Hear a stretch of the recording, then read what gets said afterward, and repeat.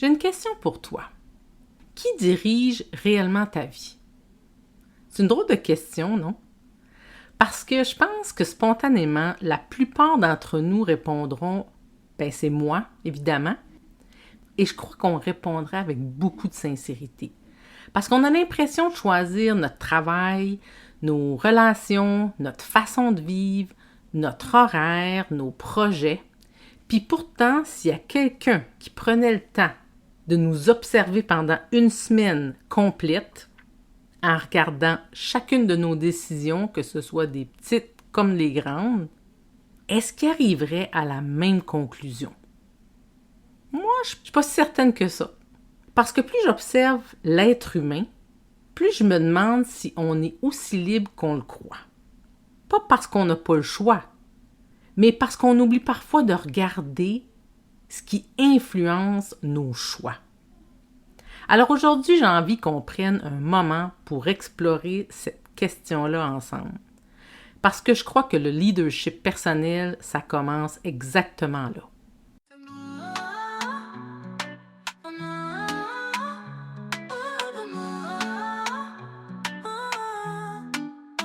Qui en ont assez de s'adapter. Aujourd'hui l'appel résonne, il est temps d'exister.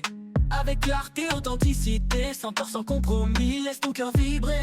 Oh non, reviens à l'essentiel. Pose tes limites, reste fidèle.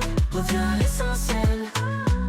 Dans ton unicité naturelle. Si tu explores, tu ressens, tu te choisis. Bienvenue dans Unicité, le podcast des femmes qui en ont assez de s'adapter pour plaire ou ne pas déranger.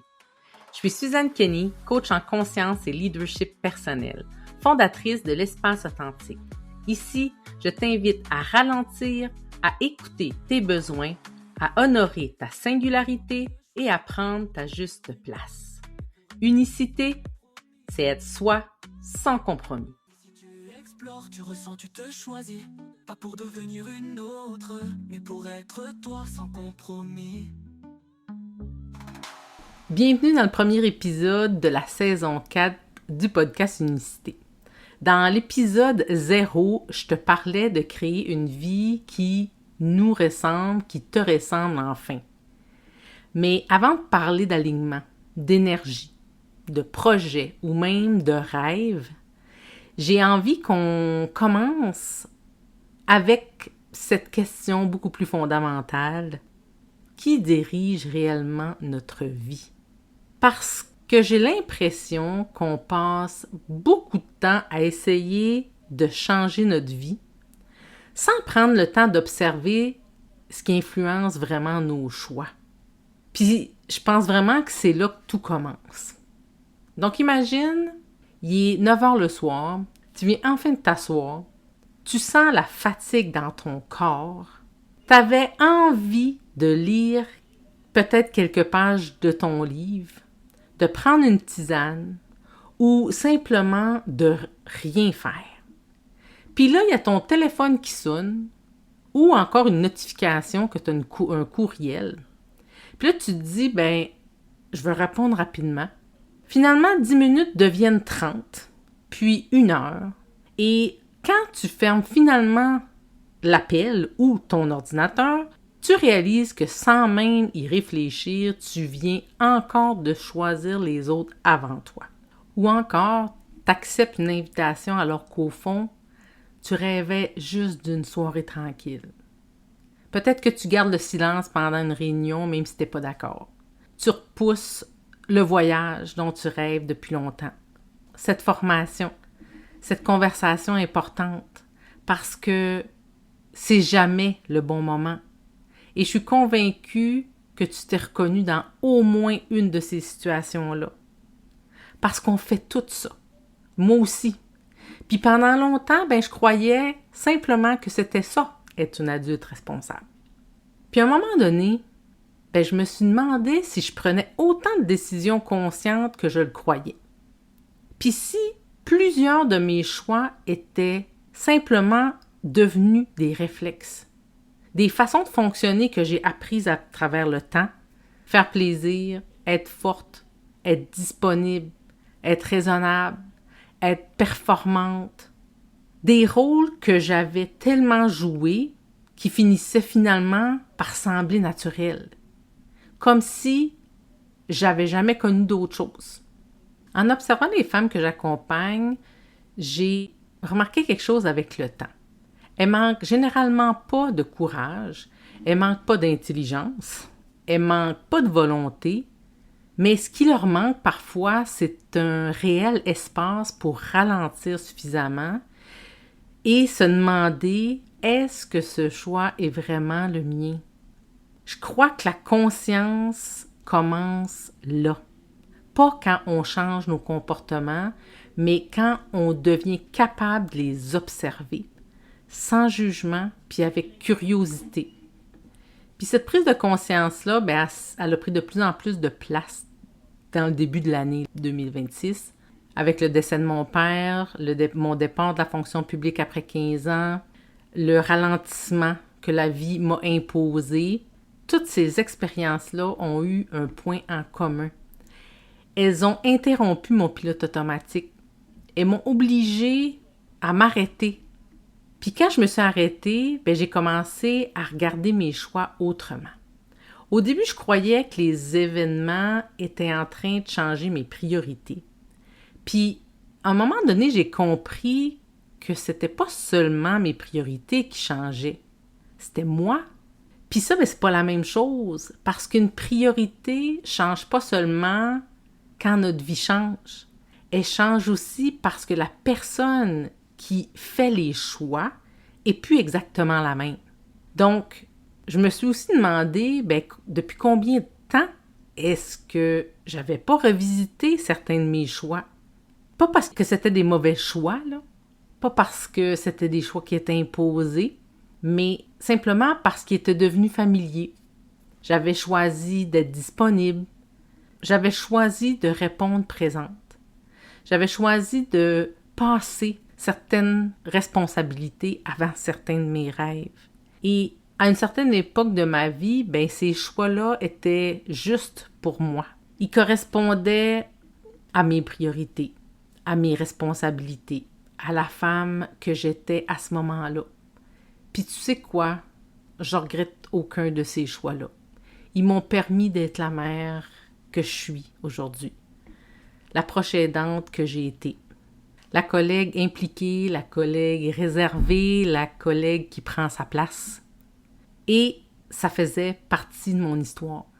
C'est pas cette femme-là que je remets en question aujourd'hui. C'est simplement le fait que j'avais jamais pris le temps de me demander si ces choix-là étaient encore justes pour la femme que je suis devenue. Je les répétais depuis tellement longtemps qu'ils étaient devenus comme invisibles. Et même si j'ai beaucoup évolué dans les dernières années, il y avait encore certains choix que j'avais jamais mis à jour. Puis c'est là que j'ai réalisé quelque chose d'essentiel. On a toujours le choix. Mais il y a une grande différence entre faire un choix en pleine conscience ou de continuer de choisir par habitude ou parce que ces choix-là nous protègent d'une peur, d'une blessure, du regard des autres. Nos habitudes, en fait, ils ne nous enlèvent pas notre liberté. Ils peuvent simplement nous faire oublier qu'on est libre de choisir. Puis parfois, il suffit d'une épreuve, d'une rencontre ou d'un grand bouleversement pour nous inviter à revisiter des choix qu'on pensait définitifs. Parce que reprendre le pouvoir sur sa vie, ça commence pas nécessairement quand on fait des choix différents. Il commence quand on ose regarder nos choix avec un regard neuf, puis qu'on se demande, est-ce que ce choix est encore juste pour la femme que je suis aujourd'hui? Et ça, là, c'est vraiment important. Puis j'ai parfois l'impression que notre vie ressemble à une grande table où tout le monde est invité à donner son opinion. Il y a notre intuition, nos rêves, nos valeurs, mais il y a aussi la peur, la culpabilité, le besoin de plaire, les attentes des autres, les fameux « je devrais ». les il faut, les une bonne mère devrait, une bonne gestionnaire devrait, une bonne entrepreneur devrait. Ils prennent toute la parole, puis parfois, ils parlent tellement fort qu'on n'entend même plus la seule voix qui devrait pourtant avoir le dernier mot, la nôtre. Et je crois pas qu'on a perdu cette voix. Je crois simplement qu'elle est devenue difficile à entendre.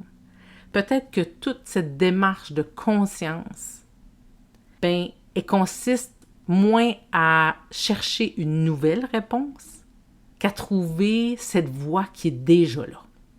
Alors aujourd'hui, je ne vais pas te demander de changer quoi que ce soit. Je veux pas que tu repartes avec une liste d'objectifs. J'aimerais simplement te proposer une expérience. Donc, cette semaine, je t'invite à t'observer. À chaque fois que tu t'apprêtes à dire oui, chaque fois que tu t'apprêtes à dire non, chaque fois que tu prends une décision, arrête-toi quelques secondes, puis demande-toi simplement, qui est en train de choisir? Est-ce que c'est moi? Ou est-ce que c'est une habitude, une peur, une attente, une ancienne version de moi-même? Puis laisse simplement la question vivre à l'intérieur de toi. Puis t'as pas besoin d'y répondre tout de suite. Ça va venir toute seule. Mais c'est important que tu laisses la place à cette réponse d'arriver dans toute sa vérité. Puis peut-être que c'est ça, grandir. C'est peut-être pas de devenir une autre femme. C'est avoir le courage de revisiter les choix qu'on fait avec amour, avec les ressources qu'on avait à ce moment-là. Et de se demander s'ils ont encore leur juste place pour la femme que tu es en train de devenir ou la femme que tu es aujourd'hui. Parce que tu n'es pas prisonnière de tes anciens choix, mais tu peux parfois devenir prisonnière de tes anciens automatismes. C'est deux choses très différentes. Tes anciens choix t'ont permis de devenir la femme que tu es aujourd'hui. Mais tes anciens automatismes peuvent parfois t'empêcher de devenir la femme que tu aspires à être. Puis pendant longtemps, je croyais que le leadership, c'était influencer les autres. Aujourd'hui, je le vois vraiment différemment. Je crois que le leadership personnel, il commence le jour où tu deviens suffisamment consciente pour reconnaître ce qui influence réellement tes décisions. Parce qu'au fond, tu ne peux pas diriger ta vie en étant sur le pilote automatique. Alors, je te laisse à nouveau avec cette question. Qui dirige réellement ta vie aujourd'hui? Qu'est-ce que la réponse à cette question révèle de la femme que tu es en train de devenir? Je te remercie d'avoir pris ce moment avec moi. Puis si cet épisode a fait naître une réflexion en toi, je t'invite à le partager. Si ce n'est pas déjà fait, je t'invite à t'abonner au podcast Unicité, à laisser une note ou un avis. C'est une façon toute simple de soutenir le podcast et de permettre à encore plus de femmes de le découvrir. Alors, je te retrouve la semaine prochaine, puis d'ici là, n'oublie pas, ton unicité est ton plus grand pouvoir. Continue de rayonner.